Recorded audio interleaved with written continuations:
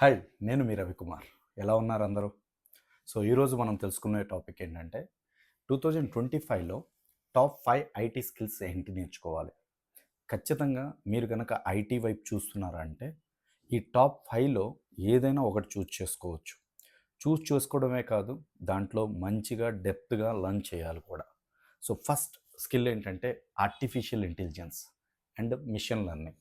ఇది data science కింద కూడా వస్తుంది. సో చాలామంది ఇప్పుడు మార్కెట్లో data science with generative AI అని చెప్తున్నారు.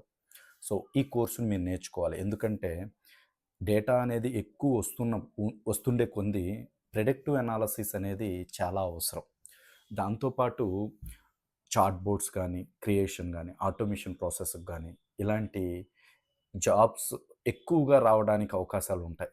So that artificial intelligence and machine learning అనేది చాలా బాగుంటుంది. 2025 నుంచి సో దట్ మీరు దీని మీద కాన్సంట్రేట్ చేయాలంటే ఈ వైపున చూడాలంటే సో దట్ డెఫినెట్గా ఈ కోర్సుని మీరు మిస్ చేయొద్దు.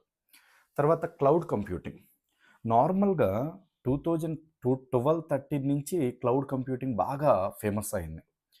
అప్పుడు ఏంటంటే స్పెసిఫిక్గా క్లౌడ్ కంప్యూటింగ్కి జాబ్స్ ఉండేవి.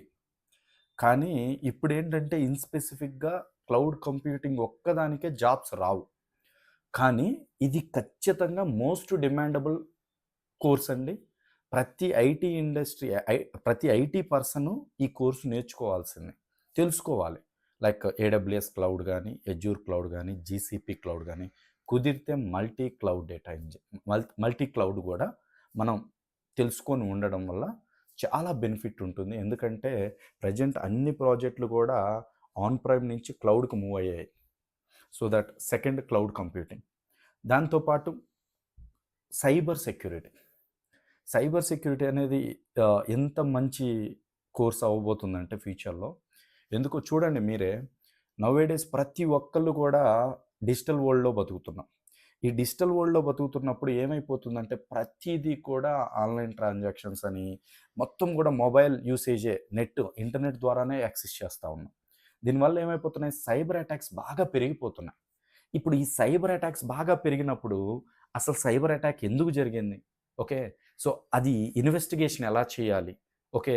నెక్స్ట్ థ్రెట్ హంటింగ్ అనే కాన్సెప్టు, సాక్ అనాలిసిస్ అనే concept, even incidence response plan అనే కాన్సెప్టు. ఇట్లాంటి కాన్సెప్ట్స్ సైబర్ సెక్యూరిటీ కింద చాలా మంచి డిమాండబుల్ కాన్సెప్ట్స్ అనమాట. ఈ కాన్సెప్ట్స్‌లో మీరు ఫోకస్ చేస్తే ఖచ్చితంగా మీకు మంచి బెటర్ ఫ్యూచర్ ఉంటుంది సైబర్ సెక్యూరిటీలో.